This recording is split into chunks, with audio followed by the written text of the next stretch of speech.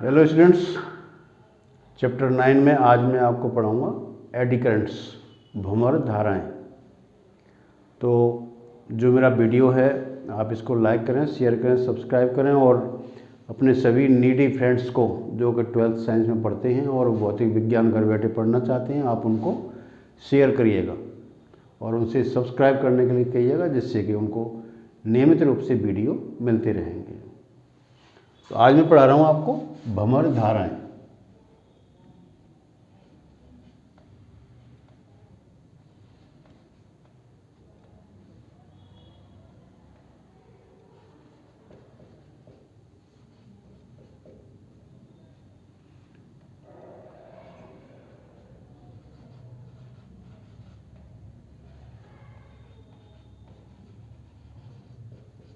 Eddy currents.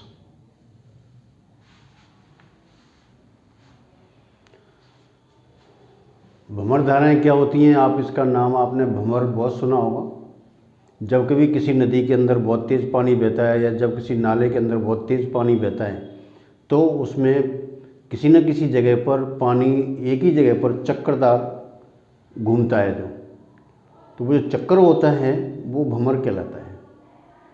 तो यानी कि इसमें क्या है, पानी का फ्लो है और पानी के फ्लो के विपरीत इसमें भंवर बनता है। जैसे सपोज करो पानी इस तरीके से फ्लो हो रहा है और यहाँ पर कहीं कोई इसमें टकराहट है, यहाँ पर कोई किनारा है इसका, तो क्या होगा, ऐसे यूँ चलता हुआ पानी अचानक ऐसे यूँ मुड़ जाता है, तो यानी उसके विपरीत मूव करता है, फिर ये नीचे तक चलता हुआ चला जाता है।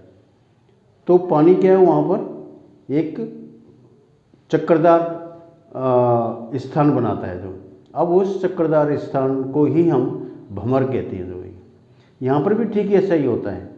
जब किसी चालक को हम चुंबकीय क्षेत्र में गति कराते हैं या उससे संबंध चुंबकीय फ्लक्स के अंदर परिवर्तन होता है तो चालक की सतह पर ऐसी धाराएं पैदा हो जाती हैं जो वृत्ताकार होती हैं और वो पानी के अंदर उत्पन्न हुए भंवर की तरह होती हैं, इसीलिए इनको भंवर धाराएं कहते हैं। इन भंवर धाराओं की खोज सबसे पहले फोको नाम के वैज्ञानिक ने की थी, इसीलिए उसके नाम पर इनको फोको धाराएं भी कहते हैं।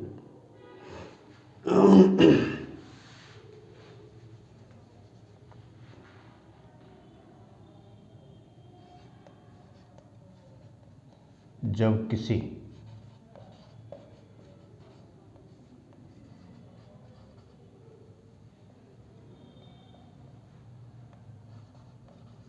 चालक से संबद्ध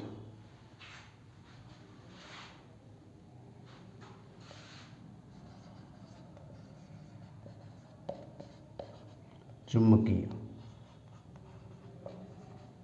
फ्लक्स में परिवर्तन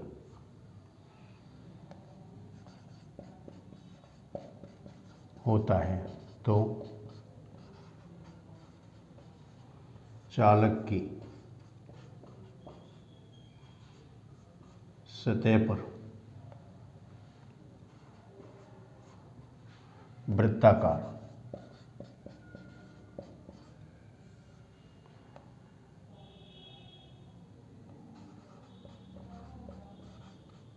धाराएं उत्पन्न हो जाती हैं।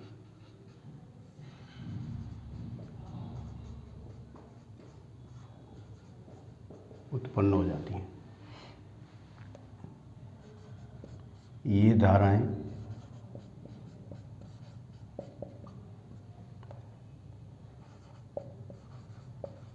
बहते हुए पानी में उत्पन्न भंवर की तरह होती हैं।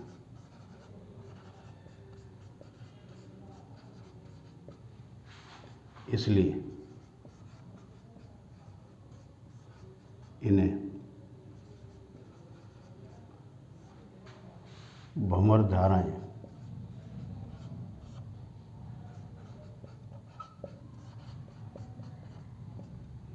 कहते हैं।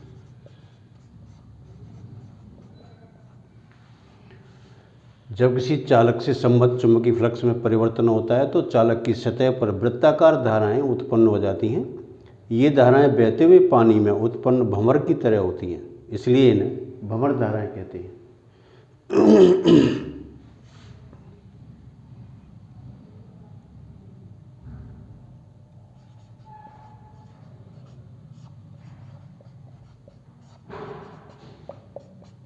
भंवर धाराओं की खोज फोको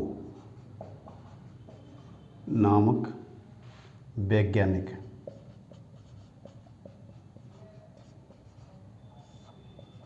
ने की थी। इसलिए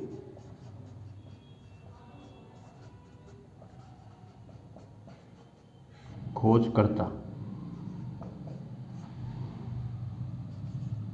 के नाम पर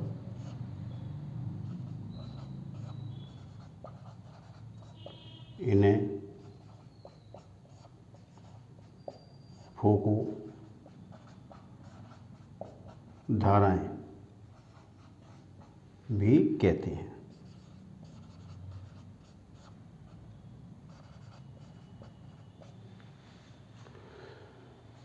तो ये तो है इसका नामकरण। भंवर धारा है, भंवर इसलिए पड़ता है इसका नाम क्योंकि पानी के बहते हुए पानी में भंवर पड़ता है, इसलिए इनको भंवर धाराएं कहते हैं। इसकी खोज फोको नाम के वैज्ञानिक ने की थी, तो उसके नाम पर इनको फोको करंट्स कहते हैं, फोको धाराएं कहते हैं। और ये चालक के पृष्ठ पर उत्पन्न होती हैं। जब किसी चालक को चुंबकीय क्षेत्र में गति कराते हैं या फिर उससे संबद्ध चुंबकीय फ्लक्स में किसी भी तरीके से परिवर्तन होता है तो उसमें हमेशा ये धाराएं पैदा होती हैं। तो ये जो धाराएं होती हैं वो फ्लेमिंग के नियम का पालन करती हुई इनकी दिशा निर्धारित होती है। तो मान लीजिए कि यहाँ पर एक चालक है, हम ये चालक ले लेते हैं, ये चालक है, ये है आपका P Q R S और ये यहाँ पर चुंबकीय क्षेत्र है।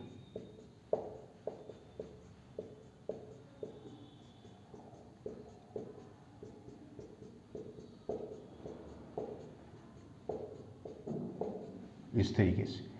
तो इस पर क्या मान लो कि हम चालक को इधर की तरफ से लाते हैं। सपोज करो कि ये चालक ऐसे गति करता है, जो ये इसका वेग v है। तो ये चालक इस तरह से, ये क्या है कि चुंबकीय क्षेत्र की ठीक लंबवत गति कर रहा है। यहाँ पर देख रहे हैं कि ये जो मैंने आपको यहाँ मैग्नेटिक फील्ड दिखाया है, ये मैग्नेटिक फील्ड इस तल के लंबवत अंदर की तरफ है, यानी जैसे मैं इसको ऐसे यूँ मान लो, यूँ अंदर की तरफ इस तरीके से।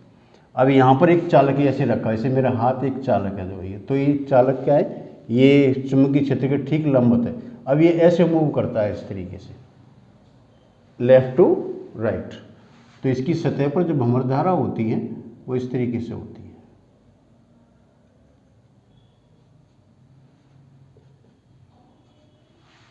इसको आप वृत्ताकार भी दिखा सकते हैं, इस तरीके से भी दिखा सकते हैं।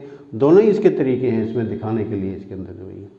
तो मैं इसको ज़्यादा बेहतर तरीके से आपको ऐसे दिखा दूँ तो ज़्यादा ठीक है।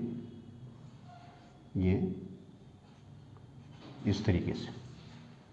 तो ऐसी बहुत सारी धाराएं होती हैं, इसमें एक ही नहीं होती है।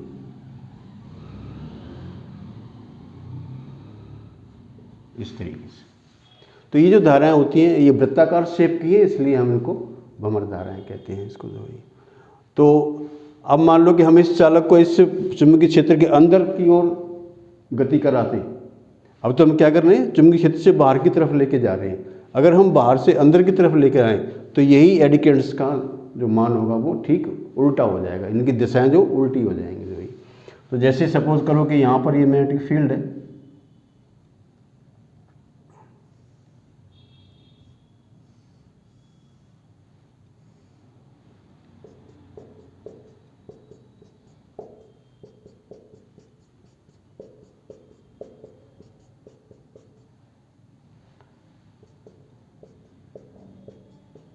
अब हम इस चालक को, ये आपका चालक P Q R S, अब इस चालक को हम ऐसे गति कराएं यहाँ पर, मान लो कि ये इधर की तरफ मूव कर रहा है v वेग से, तो अब हम क्या कर रहे हैं, इसमें चुंबकीय क्षेत्र के अंदर इसको प्रवेश करा रहे हैं। ये चुंबकीय क्षेत्र है यहाँ पर, तो अब इसमें ये प्रवेश कर रहा है, तो यही एडी करंट्स की डायरेक्शन ठीक इसमें उल्टी हो जाएंगे। तो ये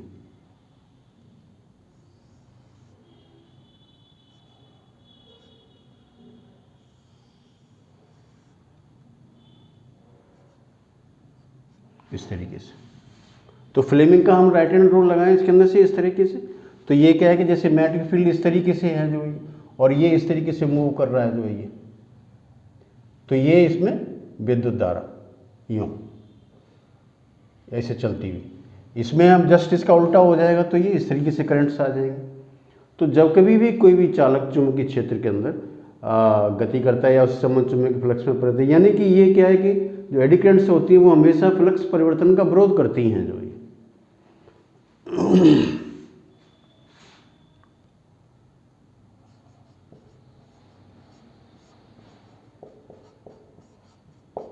भंवर धाराएं चालक से संबद्ध चुंबकीय फ्लक्स परिवर्तन का विरोध करती है।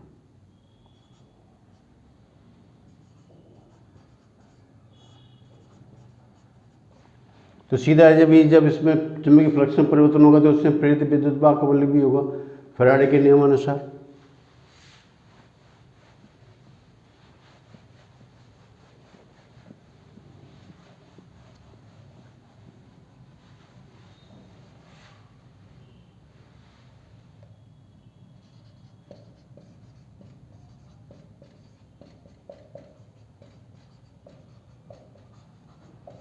फैराडे के नियमानुसार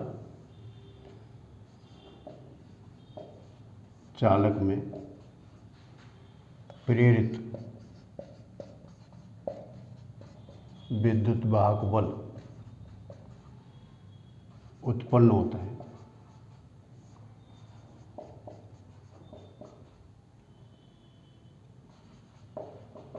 तो मान लेते हैं, माना प्रेरित विद्युत वाहक बल इक्वल टू ई, और चालक का प्रतिरोध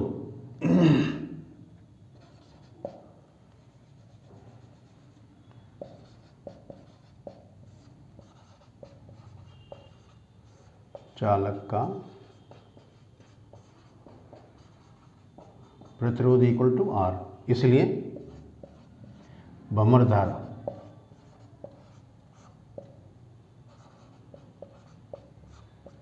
I equal to E upon R. तो आप देख सकते हैं कि इसके अंदर आर का मान जितना कम होगा भंवर धारा उतनी ही ज़्यादा होगी। इसका मतलब है कि जो पदार्थ ज़्यादा चालक होते हैं, अच्छे चालक होते हैं, अगर उनमें चुंबकीय फ्लक्स का परिवर्तन हो तो उसमें भंवर धारा का मान बहुत ज़्यादा होता है जो भाई। तो ये तो मैंने आपको ये बताया कि भंवर धाराएं क्या होती हैं, भंवर धाराओं की इसको क्यों कहते हैं और इसका खोजकर्ता कौन है, उसके नाम पर इसको किस तरीके से करते हैं। चलिए अब मैं आपको बताता हूँ।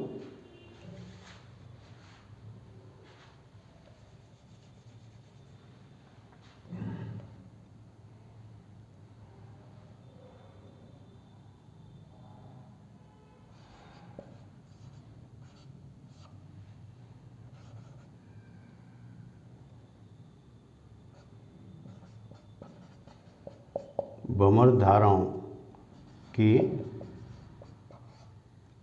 कारण हानि, यानी इससे नुकसान क्या होता है। नुकसान क्या है, सबसे पहला तो ये है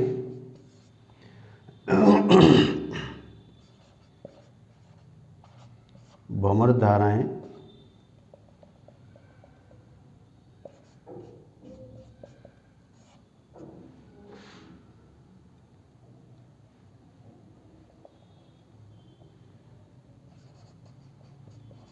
भ्रमण धाराओं के कारण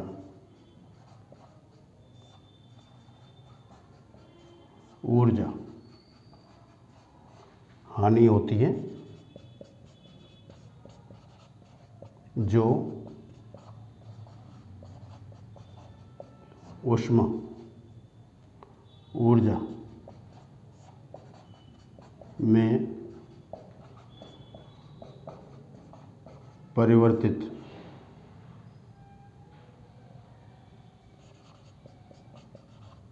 होकर चालक को गर्म करती है। भ्रमण धाराओं के कारण ऊर्जा हानि होती है जो ऊष्मा ऊर्जा में परिवर्तित होकर चालक को गर्म, यानी क्या है कि चालक अनावश्यक रूप से गर्म होता है इसके अंदर। इसकी हमें ज़रूरत नहीं होती है, हमें कोई ऊर्जा को ऊष्मा के अंदर कन्वर्ट करने की कोई आवश्यकता नहीं होती, लेकिन फिर भी ये हो रही है जो ये। तो ये क्या है, ये बेफिजूल का इसमें एनर्जी लॉस है इसके अंदर जो ये।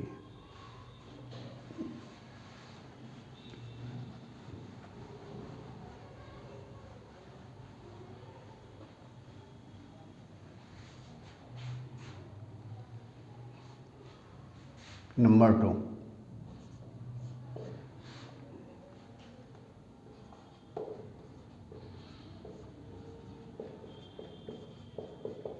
भ्रमण धाराएं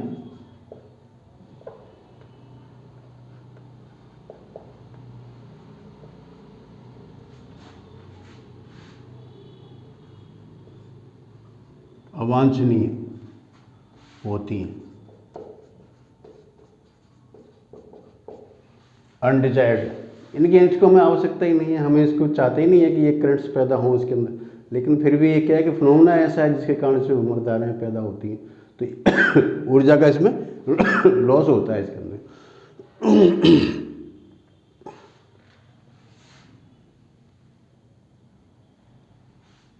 तो इसमें सबसे बड़ा इसका जो रीज़न है वो यही है कि ये भ्रमण धाराएं जो होती हैं वो चुंबकीय फ्लक्स परिवर्तन का विरोध करती हैं हमेशा जो ये।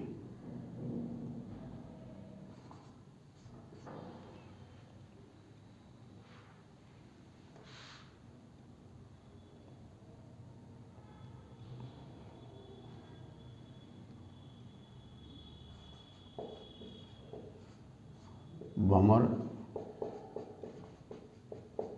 धाराओं के कारण चालक का गर्म होना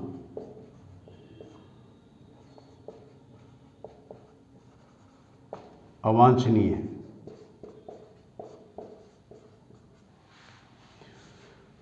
तो ये तो इनके लॉसेस हो गए इसके अंदर तो ये, लेकिन इनके बेनिफिट्स भी हैं तो ये। भ्रमण धारा की लाभ इससे क्या हैं जो ये।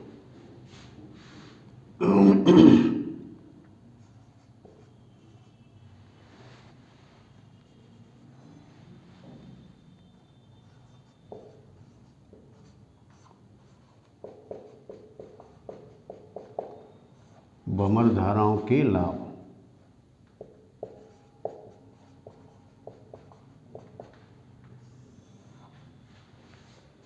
लाभ क्या है? नंबर 1,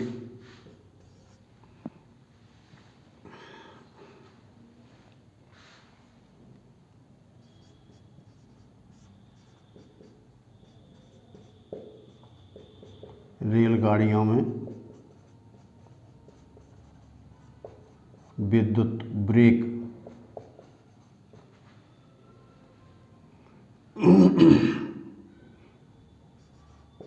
का कार्य करती है।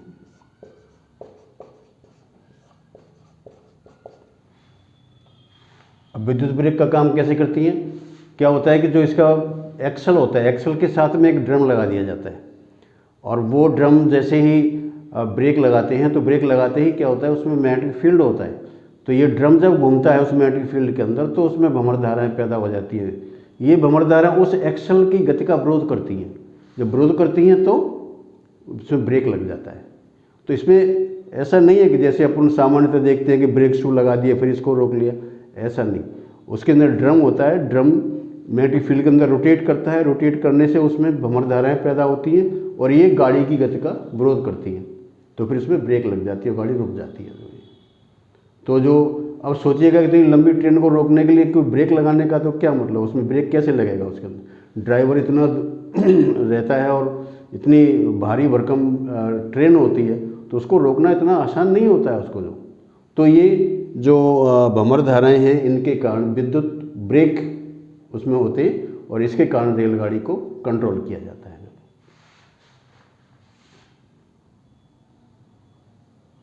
नंबर 2,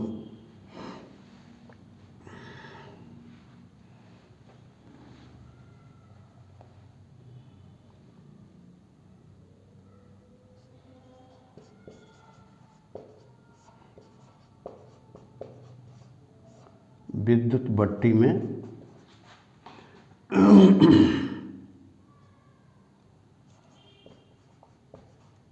चालक पदार्थों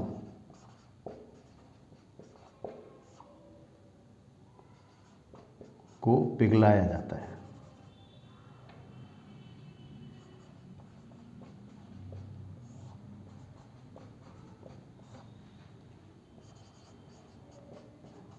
जिससे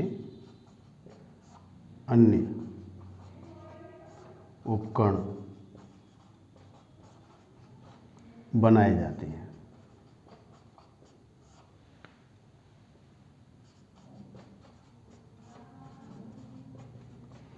विद्युत भट्ठी में चालक पदार्थों को पिघलाया जाता है जिससे अन्य उपकरण बनाए जाते हैं। तो ये क्या होता है, जैसे मान लो कि लोहे के टुकड़े हैं बहुत सारे, तो उनको कैसे पिघलाएंगे? भट्ठी में गर्म करके पिघलाएं, कोयले से पिघलाएं? नहीं, ये इसमें इतना करने पर कोयला बहुत सारा इसमें जलता है। अब हम क्या करते हैं कि जितने भी जो लोहे के टुकड़े हैं या अन्य कोई मेटेलिक पदार्थ दे रखा है, उसको एक ड्रम के अंदर भर लेते हैं और ड्रम के अंदर भर करके उसके दोनों तरफ इससे मैग्नेटिक फील्ड लगा दिया जाता है। अब उस ड्रम को क्या करते हैं, एक मोटर की सहायता से तेज़ी से घुमाते हैं। तो जैसे ही ड्रम घूमेगा तो जितने भी उसमें मेटेलिक पदार्थ रखे हैं सबकी सतह पर भंवर धाराएँ पैदा होंगी और ये इतनी तेज़ी से घूमता है कि उसमें उत्पन्न ऊष्मा के कारण वो सभी पदार्थ पिघल करके द्रव के अंदर कन्वर्ट हो जाता है और जब द्रव में कन्वर्ट हो जाता है तो हम उसी पदार्थ से फिर अन्य प्रकार के उपकरणों को बना के तैयार करते हैं। तो जो इलेक्ट्रिक फर्नेस होती हैं उन सब के अंदर यही कार्य है कि जितने भी मेटेलिक पदार्थ हैं उनको पिघलाओ और पिघला करके उससे अन्य प्रकार के जो उपकरण हैं उनका निर्माण करें। तो लोहा है, एल्युमिनियम है, तांबा है, इस तरह के जो पदार्थ होते हैं उन सबको पिघलाने के लिए इलेक्ट्रिक फर्नेस की हेल्प लेते हैं इसमें।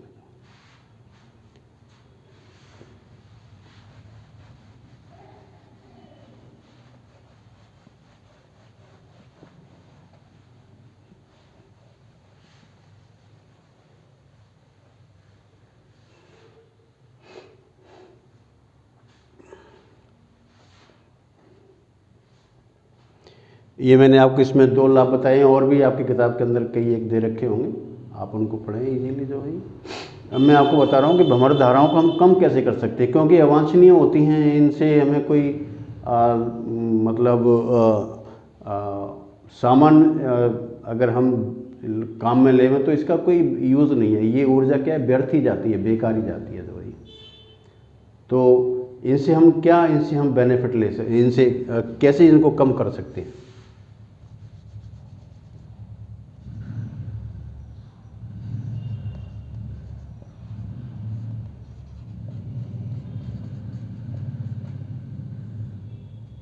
भंवर धाराओं को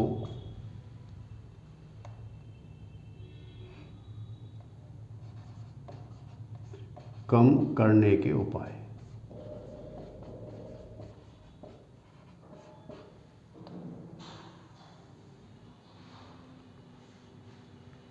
अब सीधा जैसे मैंने अभी आपको बताया, इसकी भंवर धारा के अंदर फॉर्मूला I = E/R। तो जो प्रेरित विद्युत बल है वो तो आप किसी भी पदार्थ को ले लो, सबके अंदर प्रेरित विद्युत बल होगा जब कभी चुंबकीय फ्लक्स उससे परिवर्तित होता है। अब इसमें एक चीज़ बचती है, वो है प्रतिरोध। तो अगर हम चालक का प्रतिरोध बढ़ा सकते हैं तो उसमें भंवर धारा का मान जो होता है वो कम हो सकता है। अब देखो साउंड दे, अगर आप कोई व्यक्ति अगर ये पूछे सपोज करो लकड़ी है और लकड़ी को हमने भाई से संबद्ध चुंबकीय फ्लक्स के अंदर परिवर्तन किया, तो क्या उसके अंदर भंवर धारा होगी? नहीं होती है, क्योंकि वो कुचालक पदार्थ है। तो कुचालकों के अंदर भंवर धाराएँ कभी नहीं होती हैं। तो इसके अंदर ये सिर्फ चालकों के अंदर ही होती है। तो भाई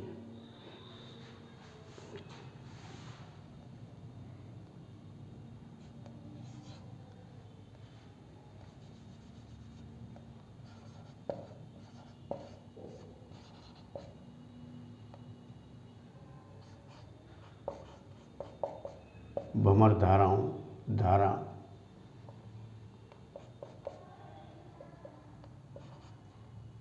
I इक्वल टू E/R। चालक का प्रतिरोध बढ़ाने पर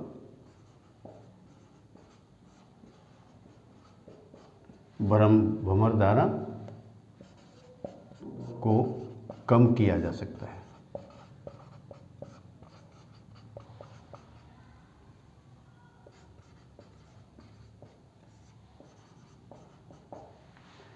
अब प्रतिरोध कैसे बढ़ाएं? इसके नंबर 1,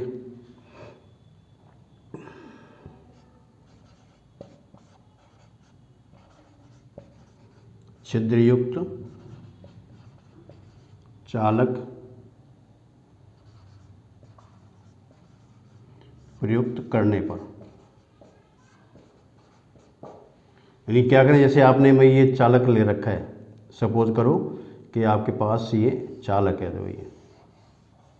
तो आप इसमें क्या करें, छिद्र कर दें इस तरीके से।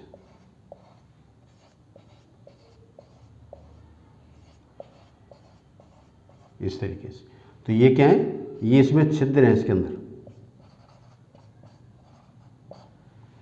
अब ऐसा करने से क्या होता है, जब हम छिद्रयुक्त चालक प्रयुक्त करते हैं तो छिद्रों के अंदर क्या होता है, एयर होती है, हवा होती है, और हवा हम जानते हैं कि विद्युत की कुचालक होती है। तो जब इन छिद्रों के अंदर हवा भर जाएगी तो R का मान बढ़ जाएगा, इससे I का मान कम हो जाता है।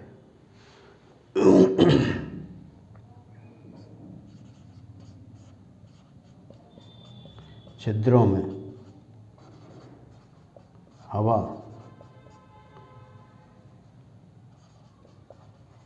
वायु होने के कारण भंवर धारा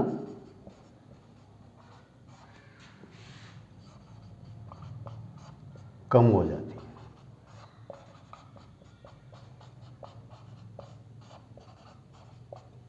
क्योंकि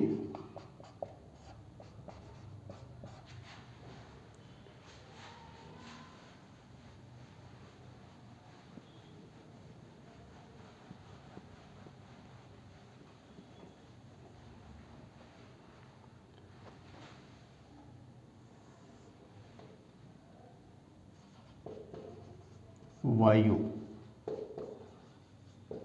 विद्युत की कुचालक होती है। तो एक तो ये तरीका है कि भाई हम चालक को छिद्रयुक्त प्रयुक्त करें तो इसमें भंवर धारा कम होगी, तो चालक गर्म कम होगा। जो दूसरा है, चालक है तो हम उसको उसमें जगह जगह कट लगा दें उसके अंदर। जैसे भी आपने चालक सपोज करो इस तरीके का ले लिया,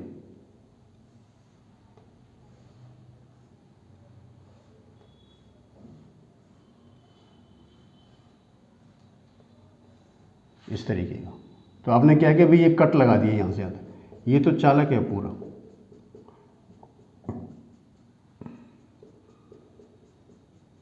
ये आपने कट लगा दिए। अब इस चालक को मान लो कि यहाँ लटका करके यहाँ पर, और ये यहाँ पर चुंबकीय क्षेत्र होता है, तो ये N और ये S। अब इसको हम रोटेट करें, इसको हम इस तरीके से तो क्या होगा, ये जो छिद्र हैं इसके बने हुए, जो इसमें कट लगे हुए हैं, इन कटों के कारण इसमें वायु होती है और वायु की वजह से इसमें विद्युत धारा का मान कम हो जाता है।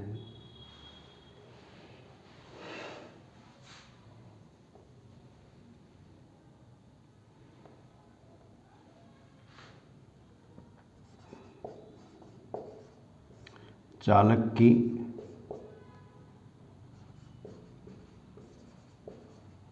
सतह में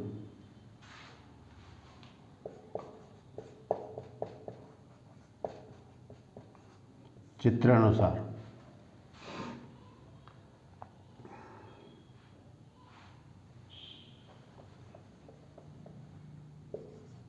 सतह को चित्रानुसार बनाने पर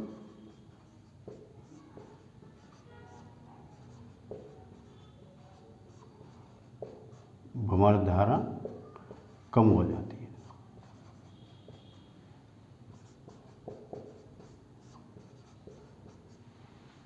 तो इसका भी यही रीज़न है, क्योंकि इनके अंदर वायु होती है यहाँ पर, तो वायु होने के कारण इसकी जो विद्युत धारा का मान होता है वो कम हो जाता है।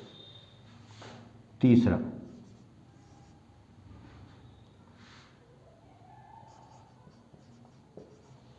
चालक को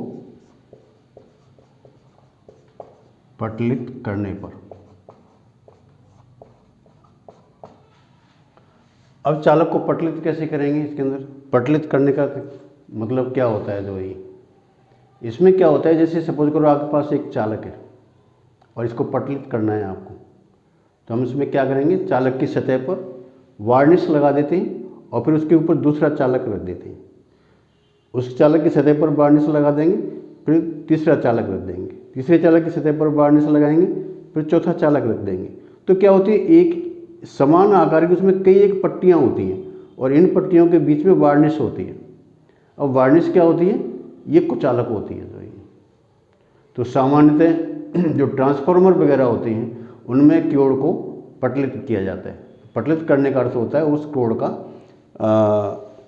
भंवर धारा को कम करना, यानी उसके प्रतिरोध को बढ़ा देना जो है। तो इस तरीके से ट्रांसफार्मर के अंदर जब कॉइल जो होती है वो परिवर्तित चुंबकीय क्षेत्र के अंदर होती है, तो निश्चित रूप से उसमें विद्युत भंवर धाराएं उत्पन्न होती है। तो वो क्या होती है, गर्म हो जाती है। आपने देखा होगा सामान्यतः इसको कम करने के लिए उसकी जो बॉडी होती है, जहाँ पर ट्रांसफार्मर होता है, उसके अंदर थोड़ा सा तेल भर दिया जाता है, ऑयल होता है। तो ऑयल से क्या होता है कि वो ऑयल उनकी जो भंवर धाराएं पैदा होती हैं उनको वो कम करता रहता है जो ये। तो इससे क्या होता है, बेनिफिट ये होता है इससे कि उसका जो ट्रांसफार्मर है वो इतनी जल्दी गर्म नहीं होता, लेकिन फिर भी ज़्यादा देर तक इसको यूज़ करने पर ये गर्म हो जाता है। तो ये और ट्रांसफार्मर सामान्यतः वर्स्ट होते हैं, उनका कारण भी यही होता है इसके अंदर।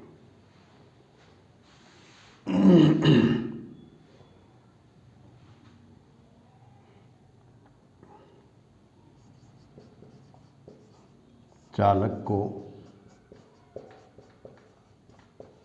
पटलित करने पर प्रतिरोध बढ़ जाता है, जिससे भंवर धारा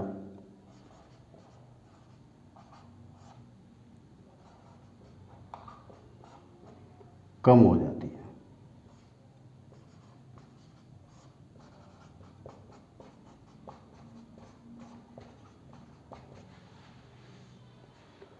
तो इस तरीके से क्या होता है कि इसको पटलित करने पर मैं आपको इसके एक चित्र द्वारा प्रदर्शित कर सकता हूँ। जैसे मान लो सपोज करो कि आपके पास एक चालक पट्टी है और हम क्या करते हैं कि इसकी सतह पर एक और इस पर वार्निश लगा दिया जाता है। ये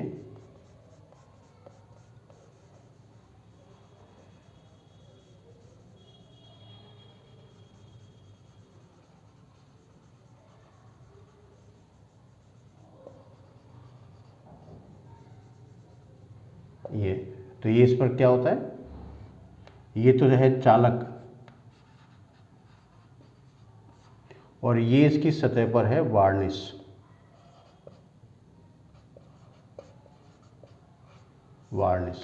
अब इसकी सतह पर ही हम एक और चालक पट्टी और रख देते हैं इसकी सतह पर जो है।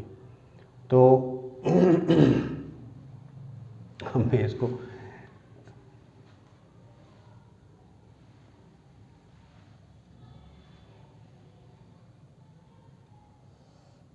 आप ऐसे मान लीजिए,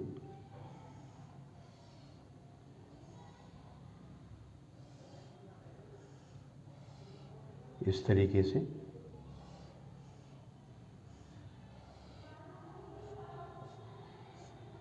ये होता है। तो ये इनके बीच में ये होती है पटलित।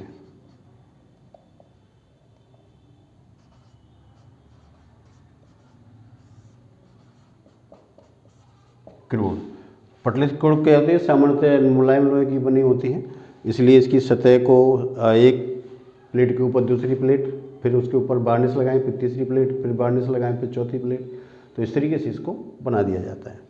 तो ये पटलित क्रोड होती है। तो इस तरह से ये वार्निश का आपने देखा होगा कि जो सामान्यतः मार्केट के अंदर भी कई एक मैकेनिक होते हैं, वो छोटे छोटे ट्रांसफार्मर वगैरह बनाते हैं, तो उसमें उस जो क्रोड होती है उस क्रोड को वो हमेशा पटलित करते हैं। और आपने देखा होगा कि वो वार्निश लगाने के बाद उसको सुखाते हैं पहले। तो जैसे आपने पट्टियों को चिपका दिया, चिपकाने के बाद आप उसको धूप में रखेंगे तो वो 1 दिन या 2 दिन के अंदर सूख करके तैयार हो जाता है। अब वो रेडी है काम करने के लिए जो है। तो इस तरीके से ये कुछ विधियां हैं जिनसे कि हम भंवर धाराओं को कम कर सकते हैं जो है। आप इस वीडियो को लाइक करें, शेयर करें, सब्सक्राइब करें और अपने सभी नीडी फ्रेंड्स को जो कि 12th साइंस के अंदर पढ़ते हैं आप उनको भी पहुंचाएं। Thank you.